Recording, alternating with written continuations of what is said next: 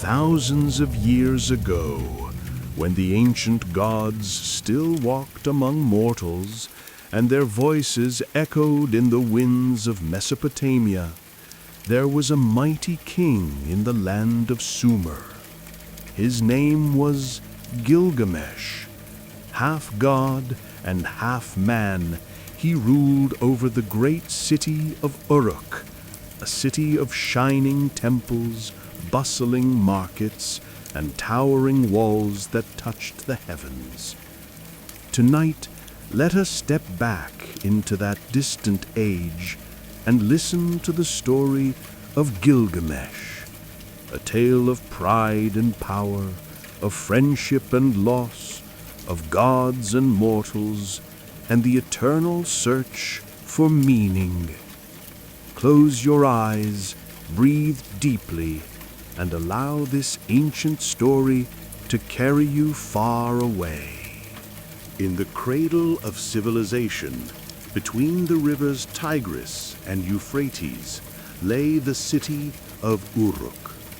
Its walls stretched for miles, enclosing temples of marble and clay, gardens rich with palms, and streets filled with traders, craftsmen, and priests. At the heart of this city stood the great ziggurat of Eanna, a temple dedicated to the goddess Inanna. Ruling over Uruk was Gilgamesh, 2/3 divine and 1/3 mortal. His mother was the goddess Ninsun, a wise cow goddess, and his father a mortal king. Gilgamesh's strength was unmatched, his beauty dazzling, his wisdom profound, yet his heart was restless. He built the city's mighty walls, but he also ruled harshly, demanding too much of his people. He was both admired and feared. The citizens of Uruk, weary of his pride, cried out to the heavens for relief. The gods listened to the cries of Uruk. In their council, they agreed that the king needed balance, a companion to temper his might. From the red clay of the earth, the goddess Aruru shaped a man.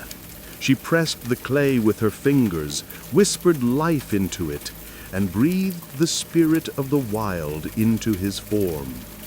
Thus Enkidu was born, a man of nature, clothed in hair, who roamed with the gazelles and drank beside the beasts of the plain. At first, Enkidu knew nothing of cities or men. He lived as an animal, setting traps free, protecting the herds from hunters. This the people saw as an error of the gods, for Enkidu's wildness upset the balance of man's domain. Hunters complained to Gilgamesh that a wild man destroyed their work. So Gilgamesh sent a temple priestess, Shamhat, to tame him. With gentle words and the wisdom of the temple, she taught Enkidu the ways of civilization. He ate bread, drank wine, and learned the customs of men. When he tried to return to the animals, they fled from him, for he was no longer one of them. Thus Enkidu left the wild behind, and though sorrow touched his heart, destiny led him toward Uruk, toward Gilgamesh. When Enkidu entered Uruk, the people whispered of his power. Soon he heard that Gilgamesh, their king, had grown arrogant, and so Enkidu stood against him. They clashed at the gates of the city, their battle shaking walls and stirring dust into the heavens. For hours they struggled, neither yielding, until at last Gilgamesh gained the upper hand. Yet in that moment he looked into Enkidu's eyes and saw not an enemy, but a brother. And so their conflict turned into respect, and respect blossomed into a friendship so deep that the gods themselves marveled at it. Gilgamesh and Enkidu sought adventure beyond Uruk. Their hearts yearned for glory, and so they planned to journey to the cedar forest, where the monstrous guardian Humbaba dwelled. This giant, placed by the god Enlil, protected the sacred trees from men's axes. Before they departed, Gilgamesh's mother, Ninsun, blessed them. She prayed to Shamash, the sun god, to watch over her son and his companion. Clothed in armor and armed with courage, the two friends set out. The road was long, filled with dreams and omens. At night, Gilgamesh dreamed of mountains collapsing and fire falling, and Enkidu interpreted these dreams as signs of their triumph. At last, they reached the cedar forest. The scent of resin filled the air, and shadows of ancient trees loomed above them. Humbaba appeared, his breath like fire, his voice like thunder. A terrible battle followed. The ground shook beneath their feet, and the sky darkened with the giant's rage. Yet with the help of Shamash, who sent fierce winds to bind Humbaba, the two heroes struck him down. Humbaba fell, and the forest echoed with silence. But though they claimed victory, the gods were displeased, for Humbaba was sacred. Gilgamesh and Enkidu had overstepped the boundary between mortals and the divine. News of their triumph spread. The goddess Ishtar, awed by Gilgamesh's beauty and might, approached him with an offer of marriage. But Gilgamesh refused her, reminding her of the many lovers she had betrayed. Furious, Ishtar demanded vengeance. She went to her father Anu, god of the heavens, and begged for the bull of heaven to be released upon Uruk. The bull descended, bringing famine and death, trampling the earth, splitting the ground, and swallowing men into its depths. The city cried out in terror. Yet once again, Gilgamesh and Enkidu stood together. They fought the bull of heaven and slew it, saving Uruk. But their triumph over the divine sealed their fate.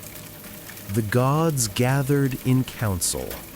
They decreed that one of the heroes must pay for their arrogance. Enkidu, who had once been created to balance Gilgamesh, was chosen. Soon after, Enkidu fell ill. Night after night, he dreamed of the underworld, of dust and shadows, of the dark house where the dead dwell. He cursed the day he left the wild, cursed Shamhat, cursed the very clay from which he was made. But then he remembered the bond he had with Gilgamesh, and his curses turned to blessings. As his strength faded, Gilgamesh stayed by his side, weeping and helpless. And when at last Enkidu breathed his last, the mighty king tore his clothes, covered himself in dust, and mourned with cries that shook the city. He wandered the wilderness, consumed by grief, unable to accept that death had claimed his brother. In his despair, Gilgamesh feared his own end. He could not accept the silence of the grave. So he set out on a journey across the edge of the world, seeking Utnapishtim, the one mortal granted eternal life after the great flood. He wandered through deserts where scorpions guarded the gates of the sun. He crossed mountains where shadows never lifted. He traveled through 12 leagues of darkness where even the stars could not follow. At last, he reached the waters of death, where no mortal boat could sail. With the help of Ushanabi, the boatman, he crossed to the far shore and found Utnapishtim. There he learned the secret of the flood, how the gods once destroyed mankind, and how Utnapishtim was saved by building a great ship. Moved by Gilgamesh's sorrow, Utnapishtim revealed a hidden truth. At the bottom of the sea grew a plant that could restore youth. Gilgamesh dove into the depths, tied stones to his feet, and brought forth the plant, his heart filled with hope. But on his journey home, while he rested, a serpent stole the plant away. As it slithered, its skin was renewed, mocking Gilgamesh's loss.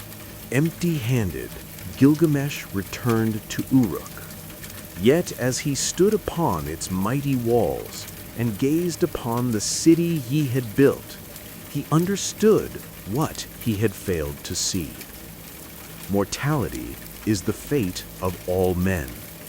True immortality lies not in eternal life, but in the works we leave behind, in the walls and temples that outlive us, and in the stories carved into clay.